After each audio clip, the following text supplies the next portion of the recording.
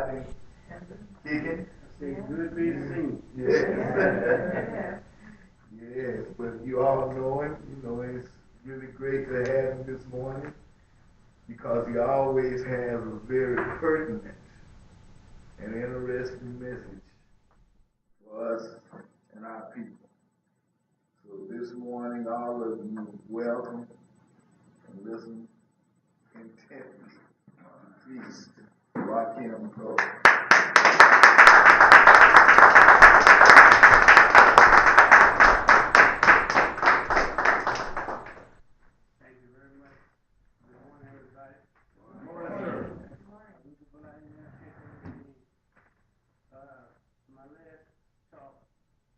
We talked about where did the lights go when they went out. This is a continuation of that, but I want to apologize. My apology is that on getting together this new lecture, I came across so much material that was so edifying that I had to go back and rehash some of the things that I'd already talked about on the last lecture. And this is called The Lights Go On, The Origins of Mankind's Enlightenment and Culture, by Rakim Todd, disciple of the Elijah Prophet, Paul St. John.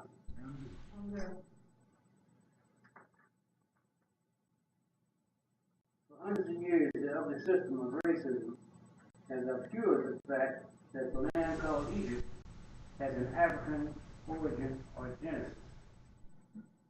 Europeans, as well as Arabs, who usurped the land in the 8th century, have gone to extremes to deny the existence of a black beginning.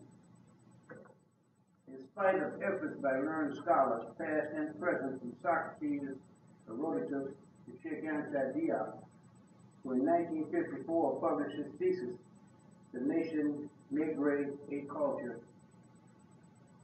This work stated a black African origin for the Egyptian civilization.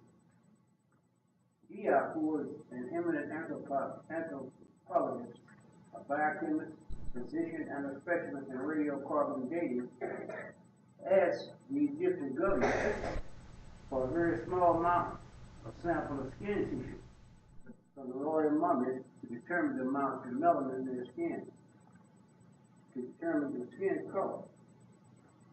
Even though he was a highly regarded scientist, he was not only refused, but rebuked and shunned at the landmark symposium at Cairo in 1974. The so-called Egyptians of Arabs, then and now, continue to hide the truth and deny any kind of scientific exploration towards the truth. However, in the past 40 years, due to the findings of anthropologists, paleoanthropologists, paleoclimatologists, and genetic scientists, geologists, archaeologists, astronomers, and archaeoastronomers have combined to show that the region of the world was the bedrock of ancient African, so-called Egyptian civilization. For hundreds of years, the black race has been deemed inferior and having no contribution to the human race of the world. It is time to dispel the prejudice and ignorance practiced by Europeans, Americans, and other deniers. Now, to go back to the description of my last lecture, described a place called Naphtali Flare, which is a place in the desert, 62 miles due west of Abu Simbel, in the portion of the Western Sahara. There was a cluster of large stones formed in the geometrical clusters, oval, circles, and straight lines. These stones are massive. Someone went to great lengths and efforts to move and arrange these stones nearby to what is now a dry bed or a lake basin. The stone formed a circle containing 29 standing stones. The circle had 4 gates or openings, creating lines of sight that ran east, west, north, and south. It was determined after archaeoastronomy studies that these stones represented not only a calendar, but alignments to astrological sites, the sun and certain stars. The calendar circle depicts the configuration of Orion at the summer solstice in 4940 BCE, before Common Era. Therefore, it also depicts, moreover, it also depicts the precession cycle of Orion from 16,500 BCE at the summer solstice. And you see that these people went way back, 16,000 years, to study the alignments of stars. Now just imagine that you're out in the middle of a desert or the middle of an ocean. It's dark. Just imagine how you would find your way anywhere. Go back to where you came from or where you were going, or anywhere at all.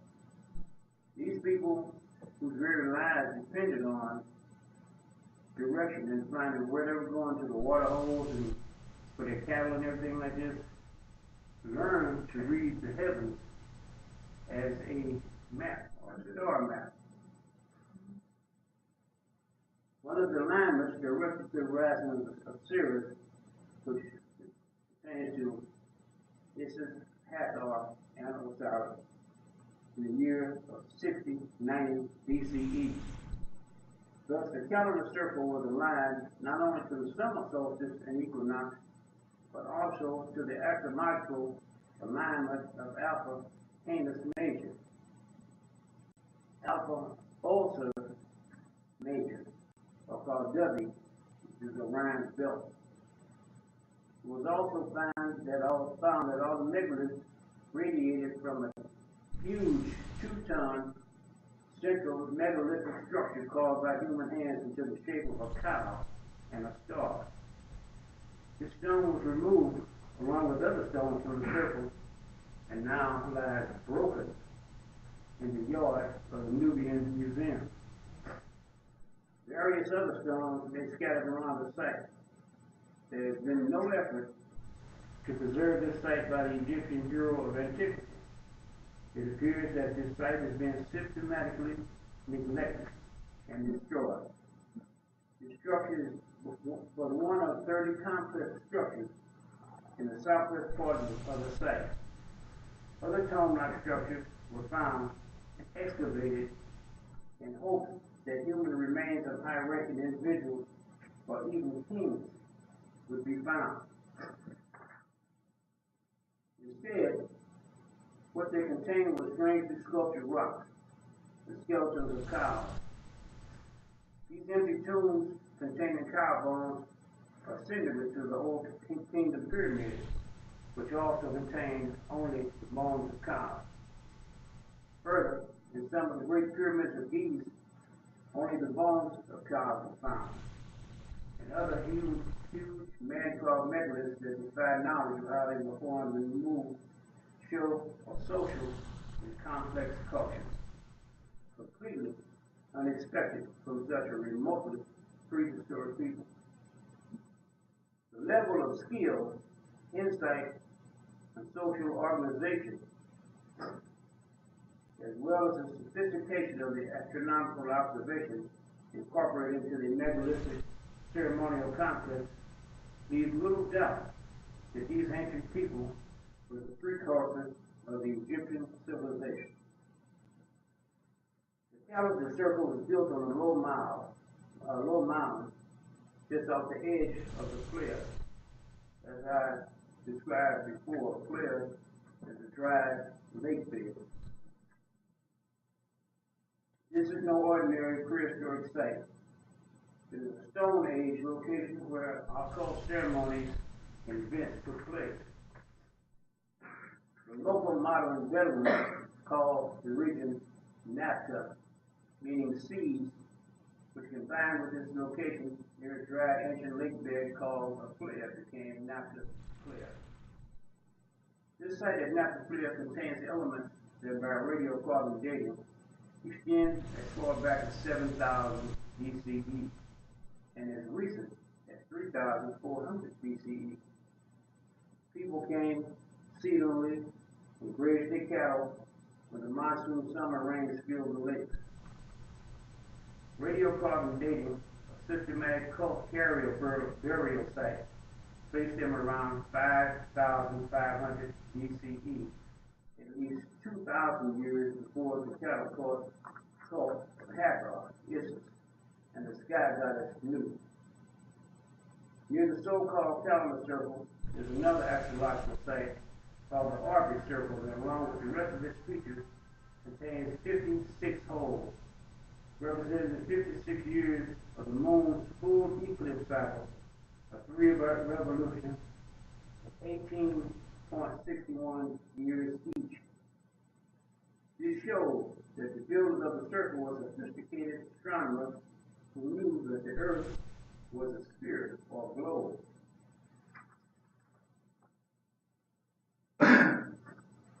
Not declared Il-Kabir, the Jebel Uweinat, the regions that were located almost in a straight line from east to west, forming a natural highway between the Nile Valley and these two locations. Ancient travelers would have easily known how to journey to such distant locations by merely moving from due east or due west, guided by the sun. The Western Desert, or Egyptian Sahara, is a vast region bordered by the Nile Valley on the east, what is now called Sudan on the south, what is now Libya on the west, and the Mediterranean Sea on the north. It is considered the driest and most desolate place on the face of the earth. It is only 5 oases that can sustain life. They run in a straight line from north to south. Because of this, it is largely unexplored, especially in the deep desert or in the southwest corner, near what is now called Chad. This area contains the highland region known as the Il-Kabir and the Jebel Uweinat. These are two great rocky mountain barriers to Egypt's southwest frontier with Sudan and Libya, and no one in modern times even knew of their existence until the early 1920s. Due to the harsh and inhospitable climate, Egyptologists have insisted that it was impossible for ancient Egyptians to reach these places through vast distances of open and water-polluted desert. However, it has been known since 1923 that it was inhabited by prehistoric people who left evidence of its presence in an abundance of cave paintings and rock art in the many valleys surrounding these highland Alp-like mountains of the desert. This place was featured, I repeat, in a 1996 movie called The English Patient. It was a location where the caves of swimmers was discovered. These two caves contain rock art that was drawn on the sandstone in vivid colors rather than carved into the rock. It depicted black men, women, and children in social activities, swimming and diving into a lake. There existed rock art and carvings depicting lions, giraffes, ostriches, gazelles, and black people swimming in lakes and leading cattle and giraffes by horses. 20 kilometers from Naphtali at Jebel Mala were found graveyards which contained human skeletons of 67 individuals, carbon dated to 6,500 BC. Anthropological investigation of these remains shows that the individuals were sub-Saharan or black. These are believed to be the people of the land of Yam and Tek-Ebet, the ancient Tebu or Zarzura people, called by the ancient Egyptians Ta-Aket-Ui, the land of the horizon dwellers. The people believed to be the descendants of the ancient people who roamed the vast vast open spaces in search of water, grazing grounds, as they gradually change their habits from hunting to pastoralism. This conversion changed them, changed their currents and their traditions, and contributed to them acquiring an increasingly complex knowledge of astronomy and navigation, which were all imposed upon them by the changing climate and the gradual drying up of the Sahara. Eventually, about 3,500 BCE, they were forced to abandon the waterless desert and seek a new future in the Nile Valley. By then, these very ancient black people had equipped themselves with a wealth of skills and knowledge that included domestication, cattle, basic agriculture, art, and more importantly, the ability to devise timekeeping systems and to determine orientations of the stars in order to navigate in the deep open desert. All of these skills led them to develop a complex social system and basic religious ideologies which they brought into the Nile Valley.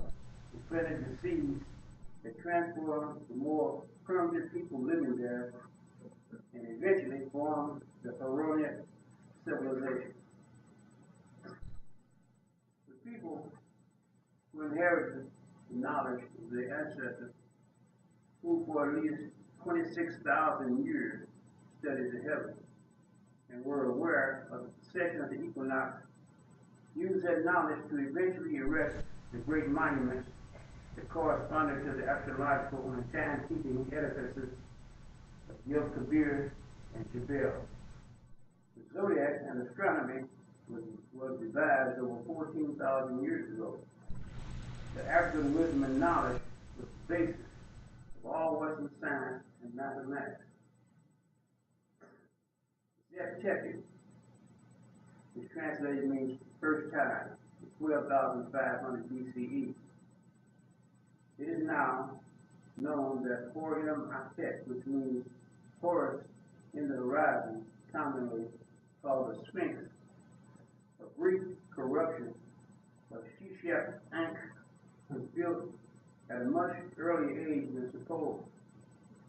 It preceded the pyramids by thousands of years. Some Egyptologists maintain that it has the face of coppery because the supposedly learned Egyptologists claim to have scientifically matched it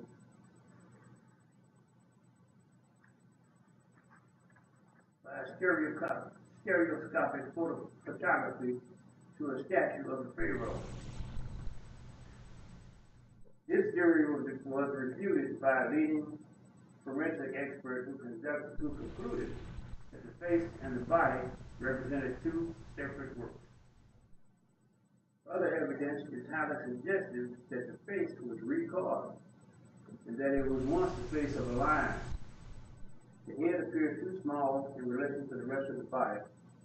Also, the head is orientated perfectly due west. The body is oriented perfectly due with east, while the face is swiveled slightly to the northeast.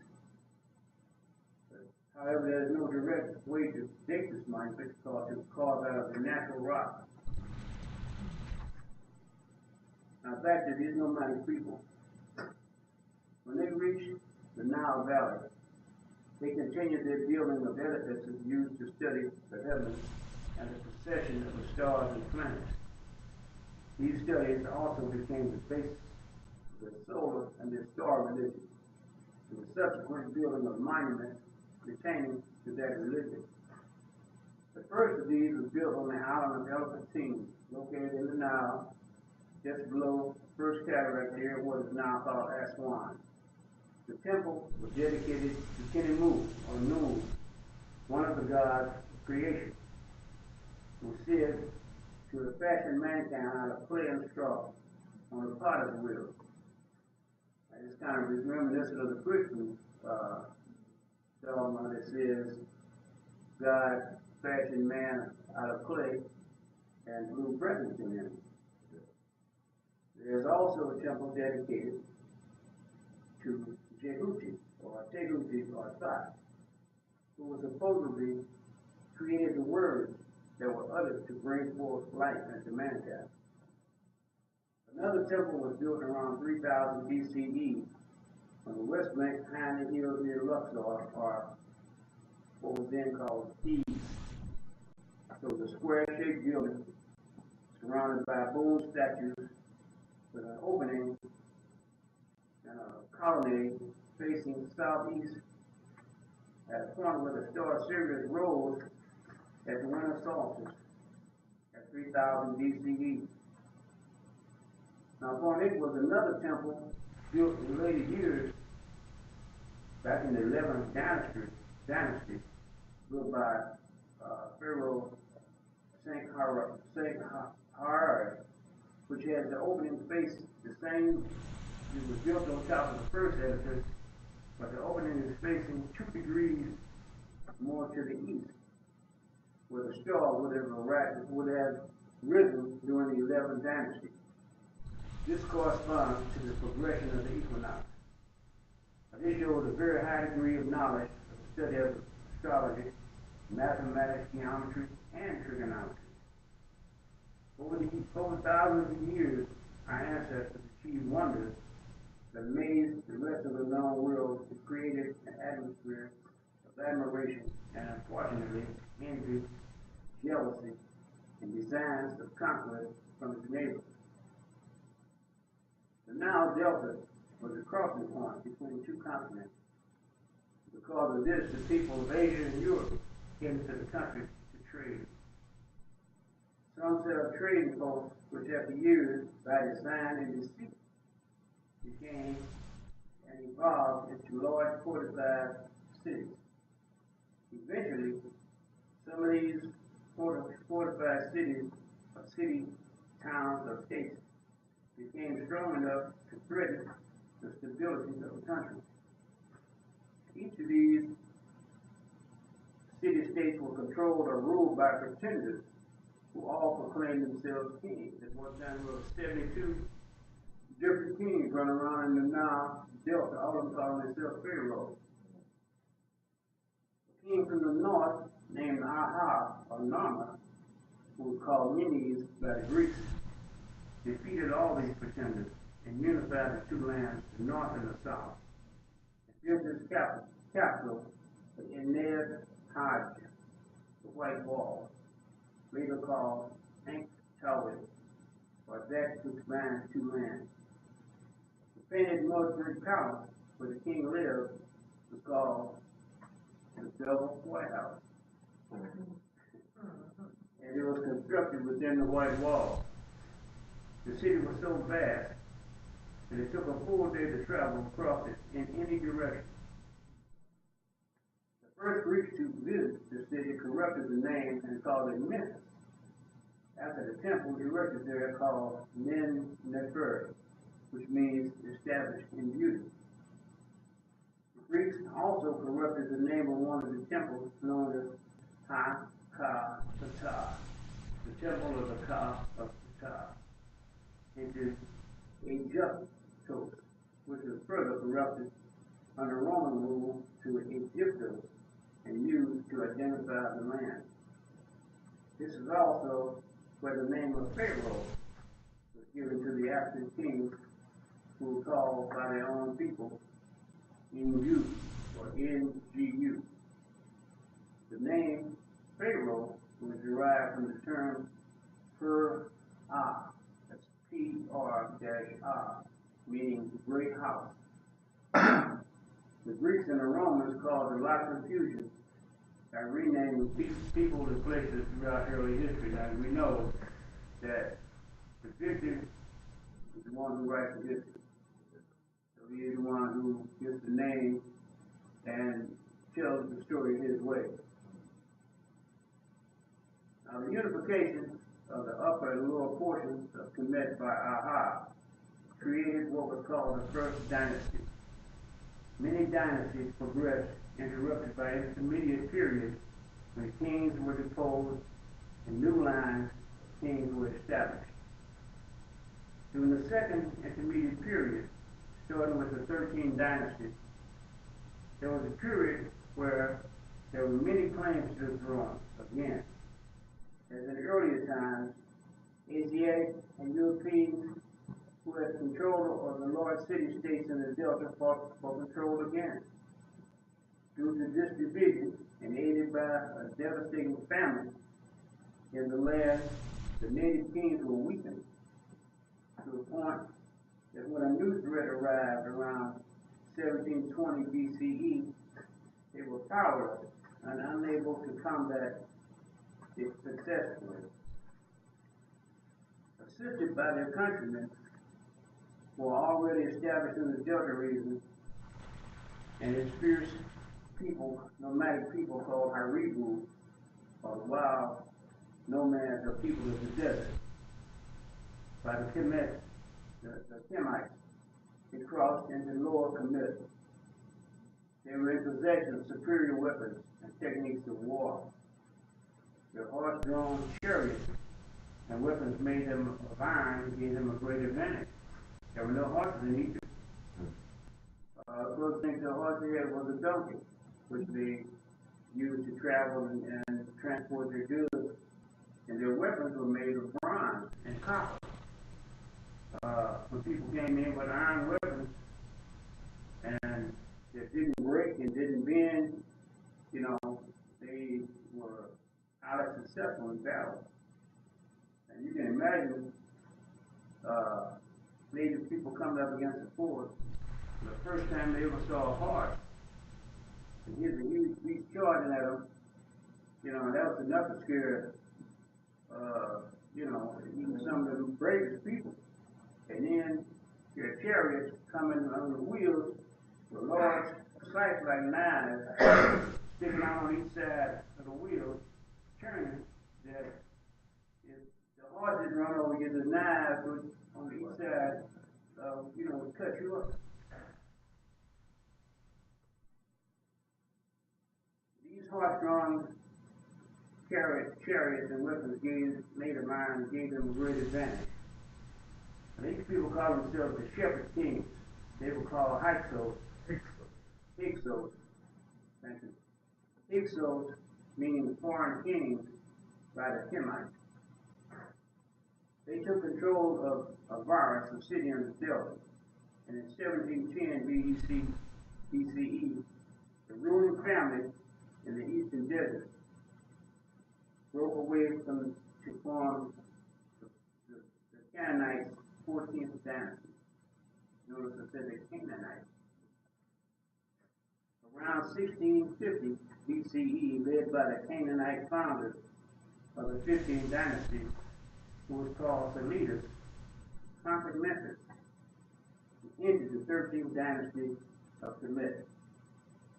This corresponded with the arrival of the biblical family of Joseph, Abraham, and his family, who were these people. And the Bible, they don't tell you, when it says that Abraham was welcomed into Egypt, they don't tell you that the Pharaoh of Egypt was a Canaanite who had conquered Egypt.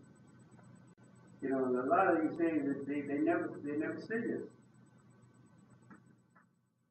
The power vacuum created by this collapse allowed the 16th dynasty in Upper Egypt to declare its own independence in Thebes, only to be attacked and overrun by Hyksos shortly thereafter. The succession of Hyksos kings lasted for about 221 years. Now these rulers were like Mr. Charles, when it comes to our way of life. They usurped every phase of life, even to the point of claiming the title, attribute, and naming themselves Pharaoh. In 1765, King Jadir was the first Semitic king to build a pyramid at Saqqara. And these acts became unbearable to the people and the priests, especially when the king named Apopis, who adopted the name Apepi, which meant the enemy of Ra and Ma'at. Pepi chose the god Seth, or Chaos, as his protector god, who was the only god worshipped during his reign. Pepi sent an emissary, some believe it to have been Joseph, to find out the magical formula used upon the death of a pharaoh that would transform the dead Horus king into the Osiris king and give him his home in the heavens as a star in everlasting life. And the same Pepi tried to provoke the pharaoh of Upper Kemet, Sennacherib, by sending him a message ordering him to dismantle the sacred hippopotamus pool because the noise of the hippos kept him awake at night, and he was 500 miles away. So you can see that he was really trying to provoke a war, a complete takeover of all of Kemet. After many such provocations and repeated incursions, Senquenenra began to wage a war to rid Kemet of the Hyksos. Pepi, in turn, sent spies to Senquenenra court to try to gain the secrets of the transformation of the Horus king to the Osiris king. The high priest refused and was murdered. The pharaoh himself was approached in the temple during his morning prayer, and when he refused to divulge the words, he was killed by 3 assassins. It is believed that this act, or the representation of this act, was the basis that formed one of the formulation of sect now called Freemasonry. When a Mason is raised to the sublime order of a Master Mason, he goes through this same act of being murdered because he will not give the Master's word or the secret word. As a consequence of his death, the war to drive the Hyksos out was renewed by his son Kamel, the last of the Kemetic pharaohs at Thebes. And upon his, he remained pharaoh only about 2 years, and after that he died. Upon the death of Kamel, his younger brother, Amusa, who was only 10 years old, was named pharaoh. And under the guidance of his mother, Ashotep, who became the co-regent until he became of age. At the age of 15, Musa continued the war started by his father and brother. And after a brief period, and with the help of his mother, he put down an insurrection in the south.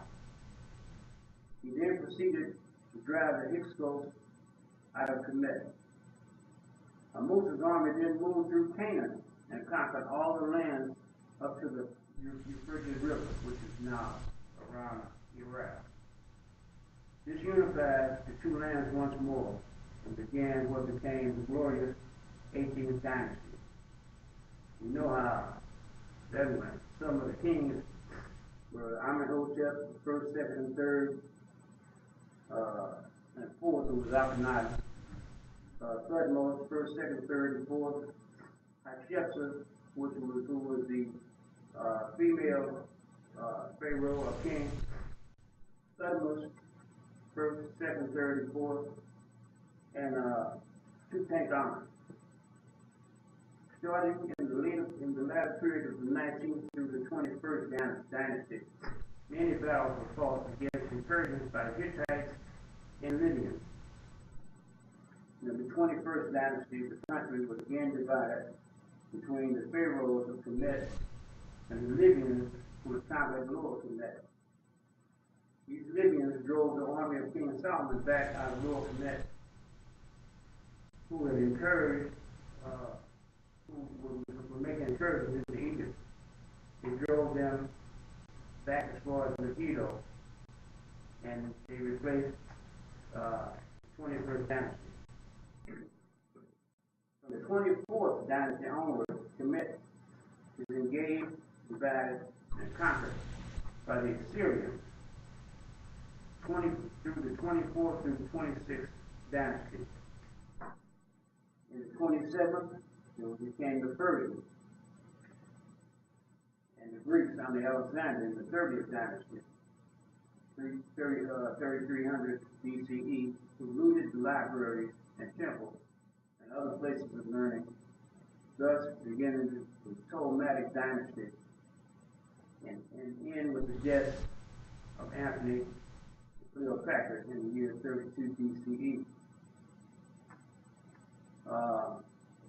The meantime, Rome declared war and conquered Egypt in 32 BCE, and their emperors usurped the religion and the cult of Osiris, distorted to honor the gods of Egypt. Eventually, the last spark of rebellion and clinging to the last spark of their religion dwindled, and time, along with the coming of Christianity, which scorns the ancient and great writings and art, sets out to destroy everything African. In around 800 AD, after the event of the Byzantines, who also came into the country and conquered on 2 occasions, more Semites or Arabs arrived and conquered Egypt and started their destruction of everything connected with any religion or religious artifacts, and introduced cruel slavery over the Africans. The people who could move ventured south and west. Some were killed, others were integrated into the Arab populace. When you see pictures of people in Egypt who resemble Anwar Sadat, you know who he was, a black man, you're looking at our ancestors. When you see the people of Chad, Sudan, Congo, Uganda, Kenya, Somalia, and Ethiopia, you're looking at our ancestors. When you see pictures of people in Egypt who are the normal people that you see running the government and doing most of the other things, these are not Egyptians. What you're looking at are Arabs. So I conclude, this is where the lights went when they went out. Thank you.